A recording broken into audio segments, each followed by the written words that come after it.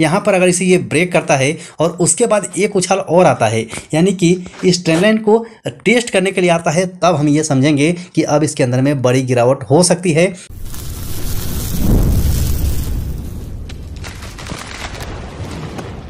Hello दोस्तों, नमस्कार, जय हिंद, सत श्री अकाल। स्टॉक साई फैमिली में फिर से आपका बहुत बहुत स्वागत है।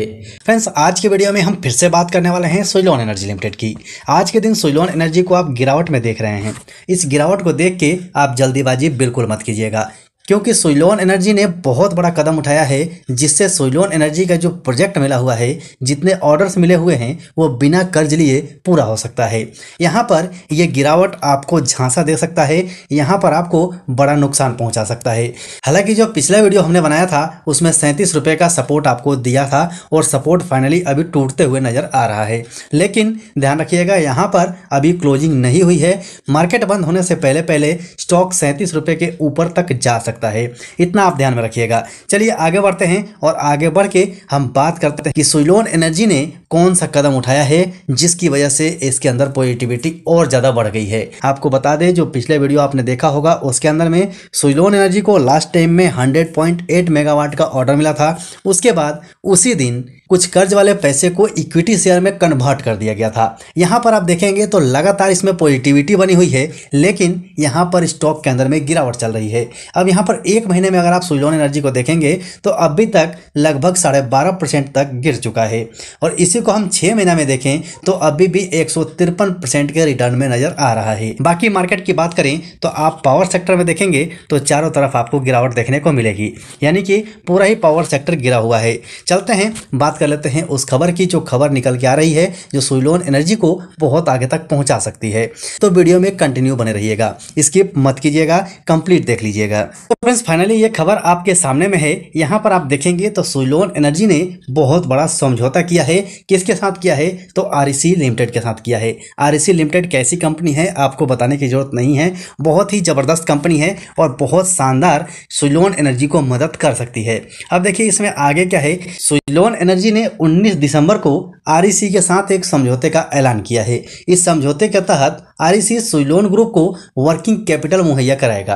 कंपनी के एक बयान में यह भी कहा गया है कि समझौते के तहत मिली धनराशि का इस्तेमाल कंपनी वर्किंग कैपिटल की जरूरतों को पूरा करने के लिए करेगा। यानी कि बिल्कुल क्लियर है, कंपनी के पास जो ऑर्डर मिले हुए हैं उस ऑर्डर को पूरा करने के लिए कंपनी इस पैसे का इस्तेमाल करेगी। यानी कि बिना किसी से कर्ज लिए कंपनी अपने ऑर्डर को पूरा कर सकती है। ये कंपनी के हक में बहुत दमदार कदम है।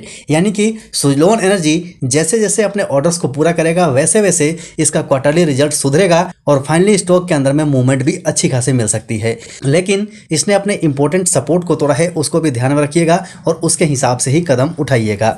सो यहाँ से हम चलते हैं सीधे कैंडलस्टिक पैटर्न के ऊपर में, और वहां से अब अगला सपोर्ट क्या मिल सकता है उसके बारे में बात करते हैं कि आगे अब इसका मूवमेंट कैसा हो सकता है वो समझते हैं।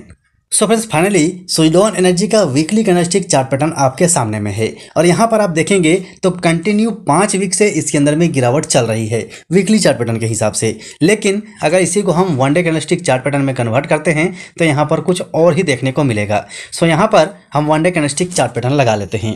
अब यहाँ पर हमने one day candlestick chart pattern लगा लिया है, लेकिन अभी आप देखिए इसने 37 रुपये का जो हमारा सपोर्ट था उसे ब्रेक कर दिया है, लेकिन क्लोजिंग नहीं हुई है। इतना ध्यान में रखिएगा, जब तक मार्केट बंद नहीं होता है तब तक हम क्लोजिंग नहीं कह सकते हैं। यहाँ पर अगर इसे ये ब्रेक करता है और उसके बाद एक उछाल और आता है, यानी कि इस ट्रेंड लाइन को टेस्ट करने के लिए आता है, तब हम ये समझेंगे कि अब इसके अंदर में बड़ी गिरावट हो सकती है।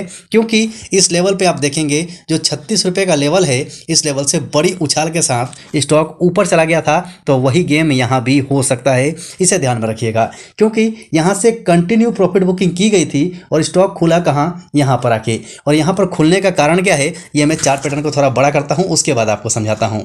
अब यहां पर देखिए इस कैंडल को आप देखिए, इसका क्लोजिंग कहां था? इस जगह पे क्लोजिंग था, लेकिन अगले दिन स्टॉक कहां खुलता है? तो इस लेवल पे खुलता है। यानी कि इसके बीच के जो लोग थे वो सारे के सारे रिटेल इन्वेस्टर थे जिन्होंने ऑर्डर लगा के छोड़ा हुआ था। जैसे ही मार्केट खुला यहाँ पर उनका स्टॉक सेल हो गया और उसमें बहुत बड़ी गिरावट आ गई और स्टॉक यहाँ पे खुला, और इसके बाद जो बड़े इन्वेस्टर्स हैं उन्होंने गेम किया और स्टॉक को कहाँ लेके चले चले गए बहुत ऊपर, 38 रुपये के ऊपर लेके चले गए। वही गेम यहाँ पर दोबारा रिपीट किया जा सकता है, तो इसको आप ध्यान में रखिएगा।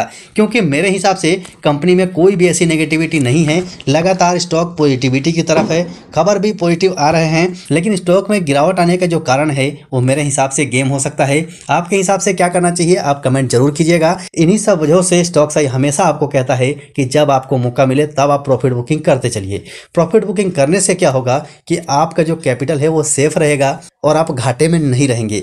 इसीलिए बार बार कहता हूँ प्रॉफिट बुकिंग करते रहिए। सो फ्रेंड्स, ये जानकारियाँ आप तक पहुँचानी थी। वीडियो पसंद आया हो तो लाइक जरूर कर दीजिएगा। चैनल पर नए हैं तो चैनल को सब्सक्राइब करके बेल आइकन ऑन कर लीजिएगा। अभी के लिए वीडियो में इतना ही, फिर मिलते हैं दूसरे वीडियो में।